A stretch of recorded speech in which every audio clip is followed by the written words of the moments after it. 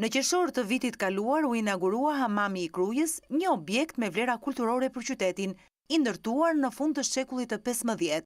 Rekonstruksioni i kësaj pasurie të trashëgimisë historike u financua nga qeveria suedeze dhe u projektua nga organizata Trashëgimia Kulturore pa kufi dhe Instituti i Monumenteve të Kulturës.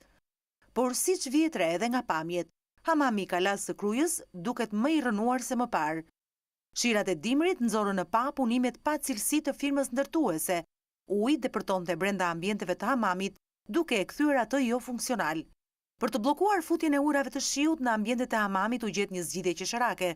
Çatit me tjegulla u mbuluan me plasmas.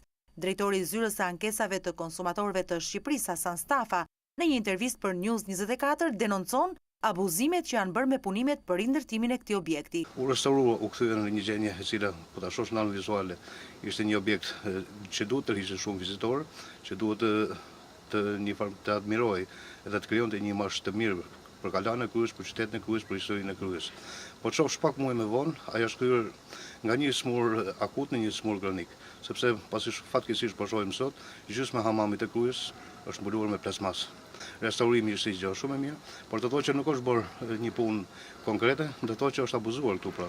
Kur gjysma është mbuluar me plasmas pak muaj pasi është bërë restaurimi plot, atëherë edhe portat të rimbyllur, se çfarë të shohësh. Sipas Stafës, Ministria e Kulturës duhet të verë përpara përgjegjësisë firmën dhe personat që morën përsipër rindërtimin e hamamit.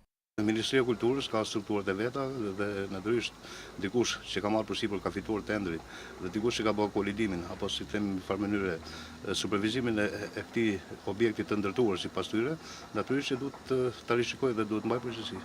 Hamami i Krujës është një relik e harruar e këtij vendi historik, i cili qëndron në hijen e kalasë së tij dhe pazarit Majgjepsës. Nga restaurimi i tij pritej rihetëzimi i lagjes përreth, rritja e turizmit dhe fillimi një nisme më të gjerë për ngritjen e një rrjeti kombëtar të hamameve.